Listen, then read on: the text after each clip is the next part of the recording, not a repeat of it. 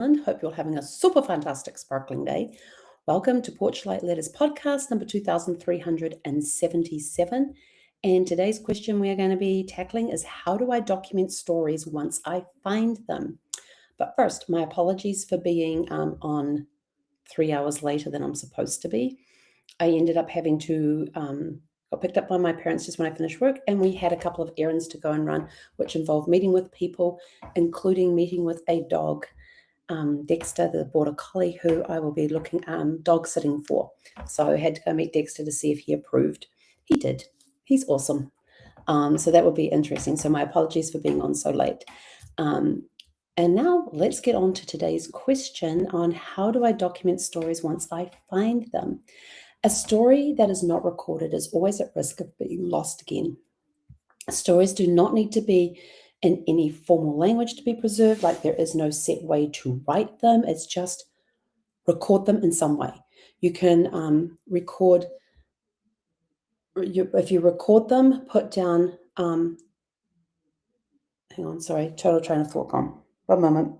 Okay, so stories do not need to be in any formal language to be preserved.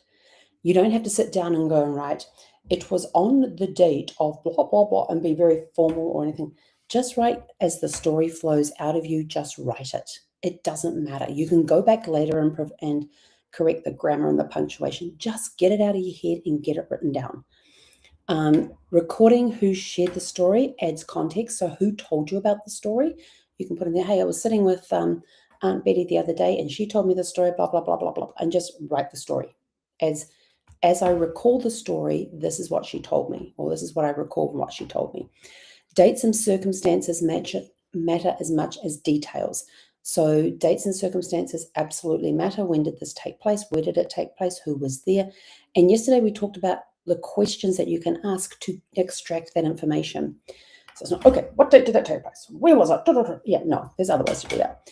Written notes, audio, and timelines all work. If somebody just turns around and they start doing a timeline, just put the date, what happened, the next date, what happened, the next date, what happened, and just start filling in the blanks.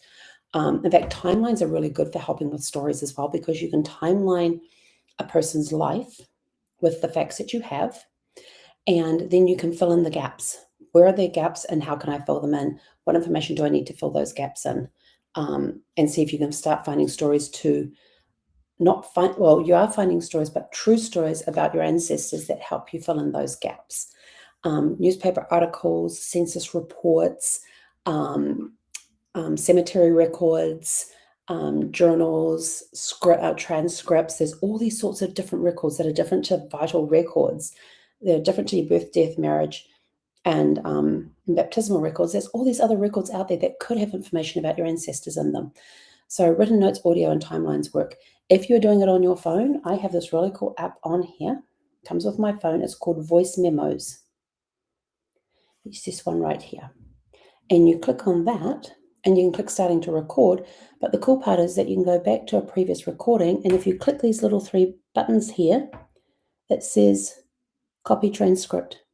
And you can copy that transcript into a Google Doc, into whatever other form that you want, and you don't have to worry about transcribing it. And this is actually pretty accurate on the transcription, and you can read through it later and you can make any corrections that need to be made.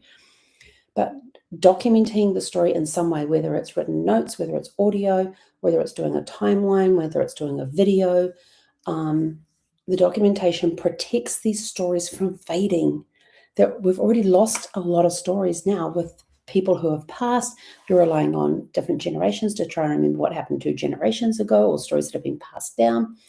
But often, undocumented stories often disappear within one generation. That person dies, all their stories have gone. Nobody else knows them. Yeah, pretty. When you think about it, there are a ton of stories that have been lost because nobody documented them. And your practical takeaway for this is write stories down in simple language and note where they came from.